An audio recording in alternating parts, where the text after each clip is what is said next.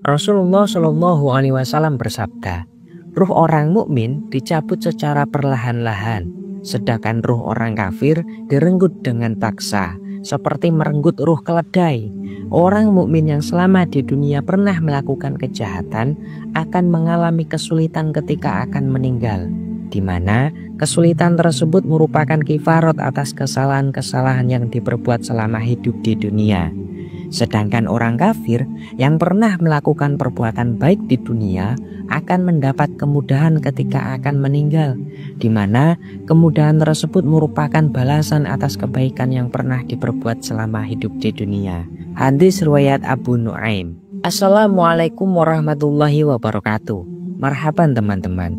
Semoga teman-teman yang menonton video ini tetap diberikan kesehatan, dilimpahi segala kerahmatan, sehingga teman-teman dapat menjalankan aktivitas sehari-hari dengan lancar. Dimohon teman-teman menonton video ini sampai selesai ya, agar tidak terjadi kesalahpahaman. Sakaratul maut. Allah menggambarkan tentang kepedihan mati dalam ayat-ayat di bawah ini.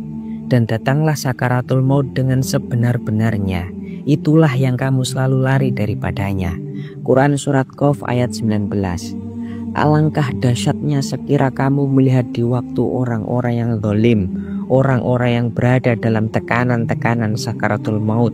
Quran Surat Al-An'am ayat 93. Maka mengapa ketika nyawa sampai di kerongkongan? Quran Surat Al-Waqiah ayat 83. Sekali-kali jangan apabila nafas seseorang telah mendesak sampai ke kerongkongan.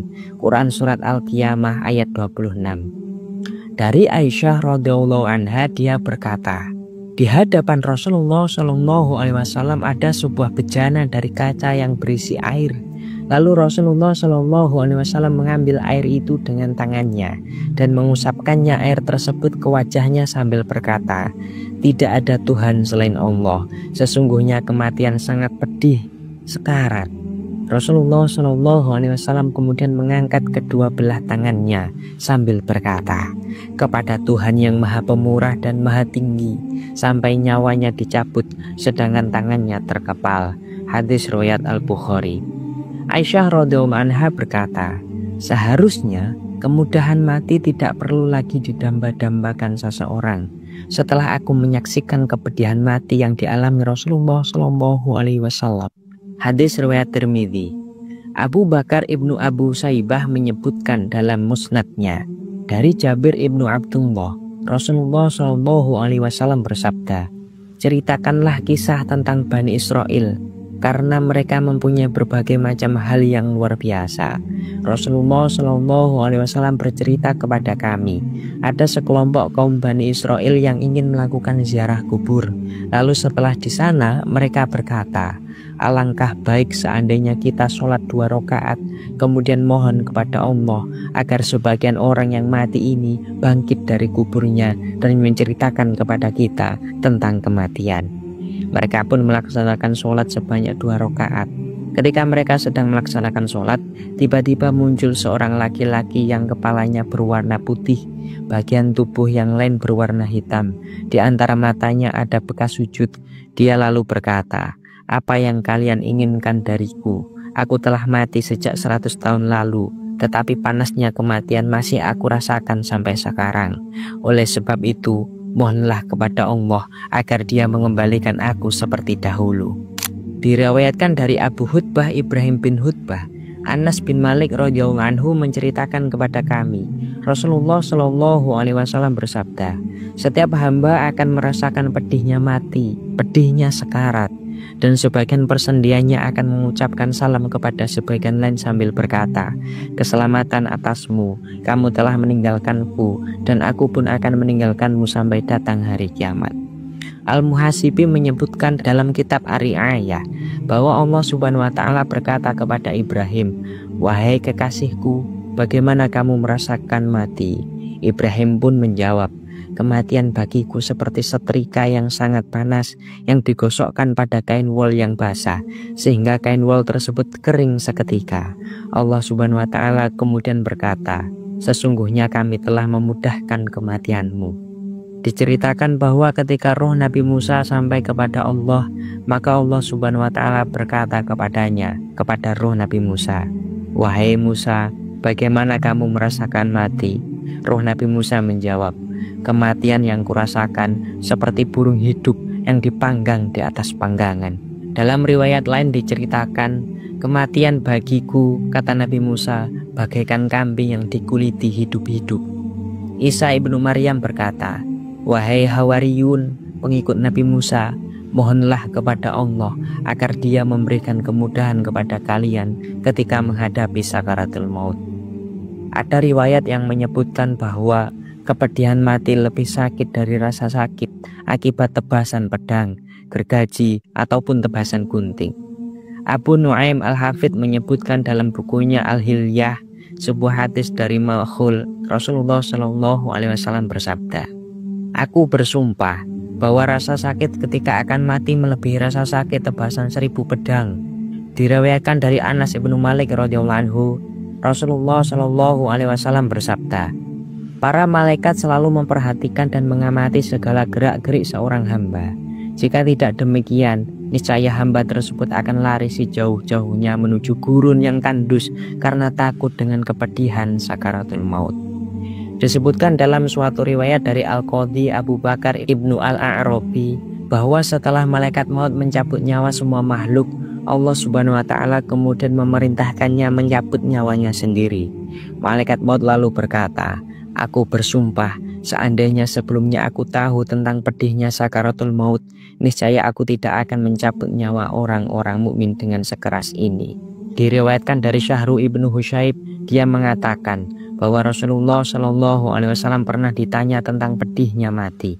Lalu dia berkata, "Rasa maut yang paling ringan adalah seperti duri keras yang ada dalam kapas, sedangkan duri tidak keluar dari kapas kecuali bila kapas itu juga terbawa." Syahr berkata, "Pada saat ajal Amru ibnu Al-As, gubernur Mesir hampir tiba, anaknya berkata kepadanya, 'Wahai ayahku, engkau pernah berkata kepada kami, mudah-mudahan aku bisa bertemu dengan seorang laki-laki yang cerdik serta berakal ketika dia hampir meninggal dunia.' Sehingga dia menjelaskan perasaannya saat itu, 'Wahai ayahku, engkaulah laki-laki itu, dan sekarang ceritakanlah kepadaku bagaimana kematian itu.' Amru bin As berkata, 'Wahai anakku, kematian membuatku sangat takut sehingga lidahku menjadi gagam. Kematian membuatku bagaikan bernafas dari lubang jarum. Kematian bagaikan dahan berduri yang ditarik dari ujung kaki sampai ke kepalaku.' Amru bin As kemudian membaca sebuah syair, 'Alangkah baiknya jika sejak dulu sebelum aku tahu bahwa aku cukup jadi pengembala kambing jantan di perbukitan.' Abu Maisarah berkata, 'Seandainya kepedihan mati dipikulkan kepada seluruh penghuni langit dan bumi, niscaya mereka semua akan mati.' Kemudian dia membaca beberapa bait syair, 'Aku memang sering menyebut maut, namun aku tidak takut. Sungguh hatiku keras bagai batu. Aku mengejar dunia seakan aku abadi, sedang maut selalu mengejar jejakku. Maut mengepung setiap manusia, tidak ada satupun tempat pun untuk melarikan diri. Wahai anak Adam, renungkanlah mautmu. Wahai sekalian manusia, apabila kematian datang menyerang, badan tidak bisa digerakkan, ruh berpisah dari badan, jasad dibawa ke kubur lalu ditimbun dengan tanah, maka sudah saatnya orang yang tidur untuk bangun dari tidurnya, dan orang yang lalai untuk mulai mengingat kematian sebelum kematian itu datang kepadanya." Diriwayatkan bahwa Umar bin Abdul Aziz menulis surat nasihat untuk sahabat-sahabatnya yang isinya sebagai berikut, "Sesungguhnya aku mewasiatkan kamu untuk bertakwa kepada Allah. Jadikanlah takwa dan warok sebagai bekal kehidupan di akhirat. Sesungguhnya kalian sekarang berada di dunia yang fana, dan Allah akan memperlihatkan kepada kalian dahsyatnya hari kiamat. Oleh karena itu, ingatlah kepada kematian dan perhatikan firman Allah Subhanahu wa Ta'ala yang berbunyi, tiap-tiap yang berjiwa akan merasakan mati." Quran Surat Ali Imran ayat 185. "Semua yang ada di bumi itu akan binasa." Quran Surat Ar-Rahman ayat 26. "Bagaimanakah keadaan mereka apabila malaikat maut mencabut nyawa mereka seraya memukul muka mereka dan punggung mereka?" Quran Surat Muhammad ayat 27. Ada riwayat yang mengatakan bahwa malaikat maut memukul dengan cambuk dari api. Katakanlah, malaikat maut yang diserai untuk mencabut nyawamu akan mematikan kamu, kemudian hanya kepada Tuhanmu lah kamu akan dikembalikan. Quran Surat As-Sajdah ayat 11. Ada suatu riwayat yang sampai kepadaku yang mengatakan bahwa malaikat maut kepalanya sampai ke langit dan kakinya sampai ke bumi dunia. Dunia berada dalam genggaman tangannya, seperti piring makan yang berada di hadapanmu. Malaikat maut melihat wajah setiap anak Adam sebanyak 366 kali dan memperhatikan tiap-tiap rumah 600 kali. Malaikat maut akan berdiri di tengah-tengah dunia sambil memperhatikan dunia dan seluruh isinya, baik daratan, lautan, maupun pegunungan seperti sebuah piringnya berada di antara kedua kakimu. Malaikat maut mempunyai pembantu-pembantu yang bisa menelan langit dan bumi dalam sekali telan. Para malaikat lain sangat takut kepada malaikat maut melebihi ketakutan seseorang terhadap binatang buas. Malaikat maut mencabut ruh anak Adam dari berbagai anggota tubuhnya, seperti dari kukunya, keringatnya, rambutnya, yang mana perpindahan ruh dari satu persendian ke persendian lain sakitnya melebihi sakit dari akibat tebasan 1000 pedang. Seandainya bumi dan langit disuruh menanggung rasa sakit yang diakibatkan dari kematian, niscaya keduanya akan hancur lebur karena tidak kuasa menanggung rasa sakit itu.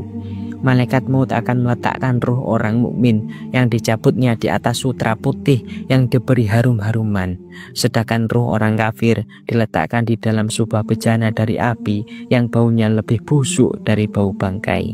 Apabila ajal seorang mukmin hampir tiba, maka dia akan didatangi 4 malaikat yang akan mencabut nyawa orang mukmin itu dari kaki kanan dan kaki kirinya.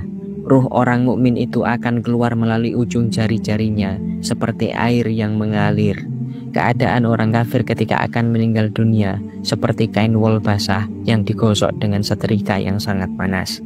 Abu Hamid menyebutkan dalam bukunya Kashful Ulum Al-Akhirah, jika seorang meninggal dunia, maka orang di sekelilingnya akan membicarakan dia. Di antara mereka ada yang berkata, Fulan telah meninggalkan wasiat serta harta benda. Sedangkan yang lain berkata, lidah Fulan sudah berat untuk bicara. Dia sudah tidak mengenal lagi tetangganya dan tidak bisa berbicara lagi dengan saudara-saudaranya. Aku melihatmu seperti orang yang bisa mendengar, tetapi tidak sanggup untuk berbicara. Anak-anak perempuanmu menangisi kamu seperti layaknya seorang tawanan, dan dia berkata, wahai ayahku yang tercinta, mengapa engkau tinggalkan aku sehingga aku menjadi yatim? Siapa yang akan memenuhi kebutuhanku? Demi Allah, engkau bisa mendengar tetapi tidak sanggup berbicara. Bayangkanlah dirimu, wahai anak-anak Adam, apabila kamu telah diambil dari tempat tidurmu, kemudian kamu dimandikan, lalu dikafani, saudara serta tetanggamu sedih karena kehilanganmu. Teman-temanmu akan menangisimu. Orang yang memandikanmu akan berkata, di manakah istri si Fulan serta anak-anaknya yang ditinggalkannya? Para ahli hikmah membaca syair di bawah ini. Wahai kawan yang tertipu, mengapa kamu masih bermain? Kamu punya angan-angan panjang, sedangkan maut lebih dekat. Kamu tahu bahwa ambisi adalah lautan luas, kapalnya adalah dunia, maka ia berlayar padamu. Para ulama berkata, apabila setiap nabi, rasul, para wali, serta orang yang bertakwa mengalami pedihnya mati, lalu kenapa orang biasa seperti kita tidak mau mengingat pedihnya kematian tersebut? Kenapa kita belum juga mempersiapkan bekal untuk menghadapinya? Mereka juga mengatakan bahwa ada 2 buah hikmah yang dapat kita ambil dari kepedihan sakaratul maut yang dialami oleh setiap nabi, yaitu pertama, agar semua makhluk mengetahui tentang pedihnya mati, di mana hakikat kematian adalah sesuatu yang tidak diketahui atau rahasia. Jika kita melihat keadaan seseorang ketika akan meninggal, maka dia tidak bisa bergerak, seolah-olah ruhnya keluar dengan begitu mudah, sehingga menurut pendapat kita, kematian merupakan sesuatu yang mudah. Hal ini disebabkan karena kita tidak mengetahui hakikat kematian yang sebenarnya. Ketika para nabi menceritakan tentang pedihnya mati, maka kita baru tahu bahwa setiap orang yang akan meninggal dunia, kecuali orang yang mati syahid, pasti merasakan bagaimana pedihnya mati. Hikmah yang kedua, mungkin terlintas di benak sebagian orang bahwa para nabi adalah kekasih Allah. Jadi bagaimana mungkin mereka merasakan pedihnya mati? Jawaban pertanyaan tersebut adalah manusia yang paling keras cobaannya adalah para nabi. Seperti perkataan Rasulullah SAW, tujuan Allah mencoba mereka, para nabi, semata-mata untuk menyempurnakan kemuliaan dan mengangkat derajat mereka. Cobaan yang dialami para nabi tidak mengurangi hak mereka sedikit pun.